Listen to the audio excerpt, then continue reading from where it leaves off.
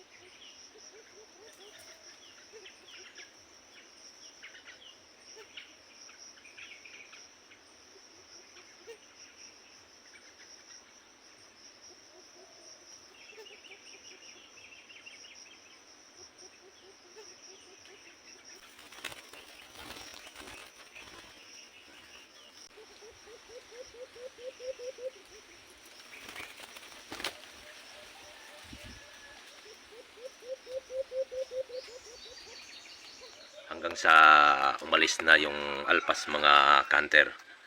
At ako naman ay hindi naman ako mapalagay sa pagkakataong yun dahil sa yung alimukon na yun ay talagang kursunada ko talaga yung boses.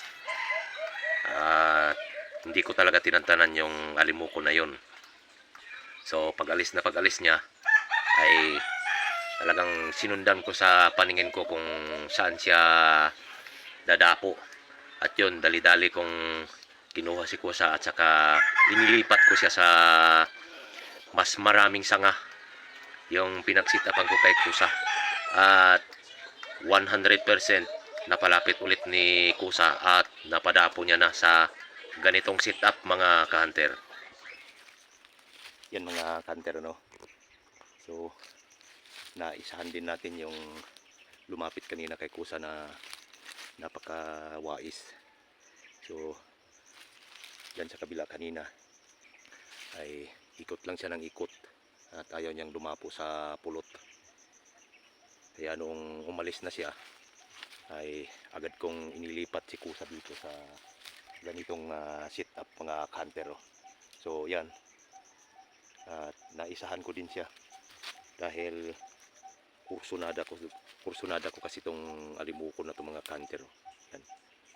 Ang ganda at napakalaki ng busis at saka napakawais kapag malinis yung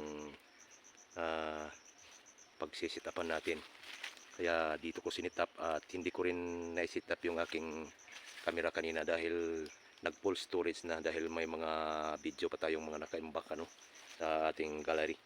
Kaya yan, ang ganda. So naisahan din natin. So napakagaling tong klaseng alimuko na ito mga kanter, at ito ay dadalhin ko muna sa bahay at saka oobserbahan natin Yan mga kanter ang setup natin, Yan. Yan, Yan pulot natin, Yan nating pulot. Yan si Kusa. At hindi rin tumitigil si Kusa sa paglimlimpugad, dahil yun lang ang alam niyang diskarte, limlimpugad. So nakuha natin itong wais na alpas. So kung hindi ganyan ang setup, talagang hindi ito makukuha dahil napakamarunong, wais na wais talaga.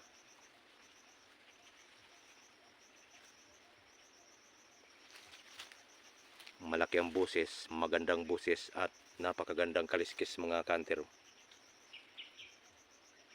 Sulit buo, walang bitak, magkabilaan ang kanyang sulit buo. Yan, magkabilaan po yan, maganda ang kaliskis niya at may galawan din siya mga kanter. Yan ang kanyang kaliskis, lalaking lalaki at malaki. Ayan, magandang busis, magandang kaliskis, yun ang magandang gawing pangati.